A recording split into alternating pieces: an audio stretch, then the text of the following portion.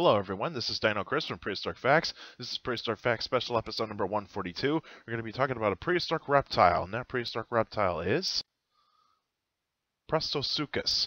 And so here is a artist rendition of what Prestosuchus might have looked like.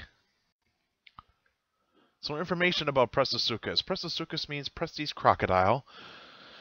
And its length is 16 feet or 5 meters. Height approximately 5 feet, so 1.5 meters. Weight 900 to 1,000 pounds. Lived 242 to 235 million years ago in the Triassic period. And fossils are found in Brazil, and it was described by von Hoyne in 1942. So this animal has been known for a little while. So right up on the top picture right here, there's South America. Ignore Argentina for a bit. And so Brazil is the largest country in South America. So you can kind of see the country that is actually the largest right there. Here's Brazil right there.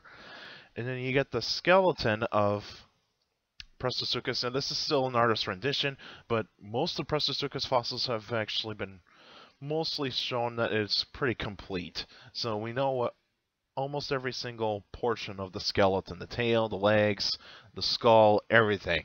So, and you can see how large it really is. So it's a very large animal.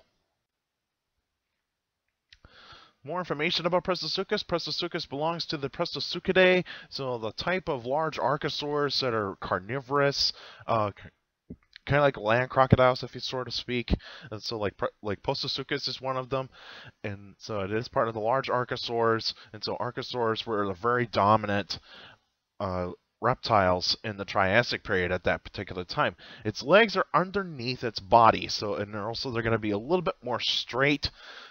So it's actually going to have some features that are not crocodile-like or reptile-like. So it's actually going to show some features that it's going to be slender, it's going to be fast, and it's got a large skull with a very powerful bite. And so when you look at Prestosuchus' skull, if you go see a Prestosuchus skeleton sometime in a museum, you actually see how large that skull really is, and you actually kind of think, like, it's got to have a pretty powerful bite.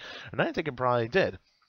And of course, Prestosuchus, like the large archosaurs at that time, were relatives to crocodiles or crocodilians, and so there's a connection there with crocodiles.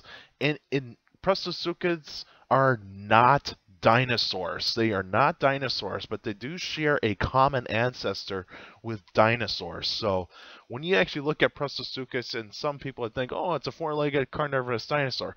Well, actually, it is not a dinosaur, because when you actually look at it, there are so many features that show it is not a dinosaur. So it does not have the hollow bones of most dinosaurs, and also it does not actually share too many traits with like the theropods, the Saurischians and Ornithischians. So it is actually kind of like a primitive reptile.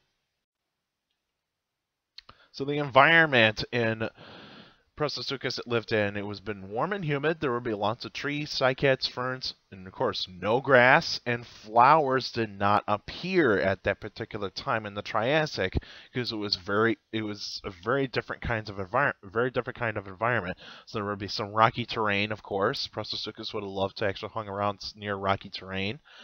And of course there's a lot of insects, amphibians, tons of reptiles, and some of the first dinosaurs. And so Prestosuchus might have seen some of the first dinosaurs to ever appear.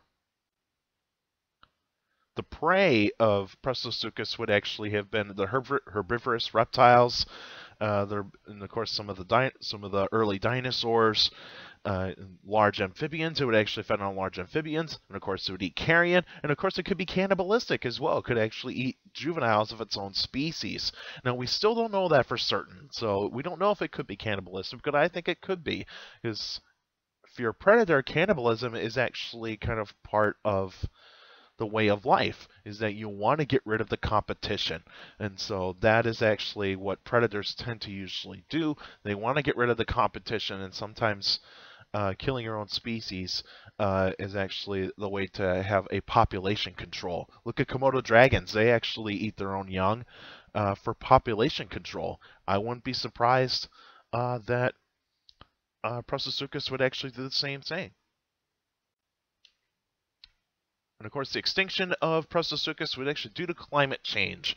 So the climates were getting drier, so the dry environments would actually not have been suiting Prestosuchus very well, and there would be new competition, and so different kinds of archosaurs would be coming in and actually being a little bit more adaptive than Prestosuchus, and also dinosaurs were becoming more diverse, and so this is when dinosaurs were starting to actually start kind of get larger, but not really. So the one dinosaur that I think Prestosuchus would actually have a hard time against is Herrerasaurus. Herrerasaurus would actually have been the only type of competition that would have actually have given Prestosuchus a run for its money.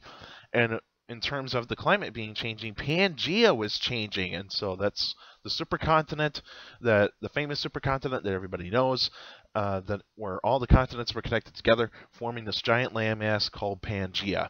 And so the supercontinent thing has happened throughout time, and so it could happen again in the future. So it could happen. So this is what Prestosuchus's world would have been like, and so you see here's Pangea, the giant landmass, and this is where Prestosuchus would actually been hanging out. Now some of this here could be desert environment, and so the desert environment could actually have done well for Prestosuchus, but also be a curse to Prestosuchus, because if you're living in dry environments, it could actually be a big problem when you're actually trying to find like water. You can still find food, but there would still be some forests in Brazil at that particular time, some kind of like semi-arid forests, and so that's where you actually have the environment of Prestosuchus.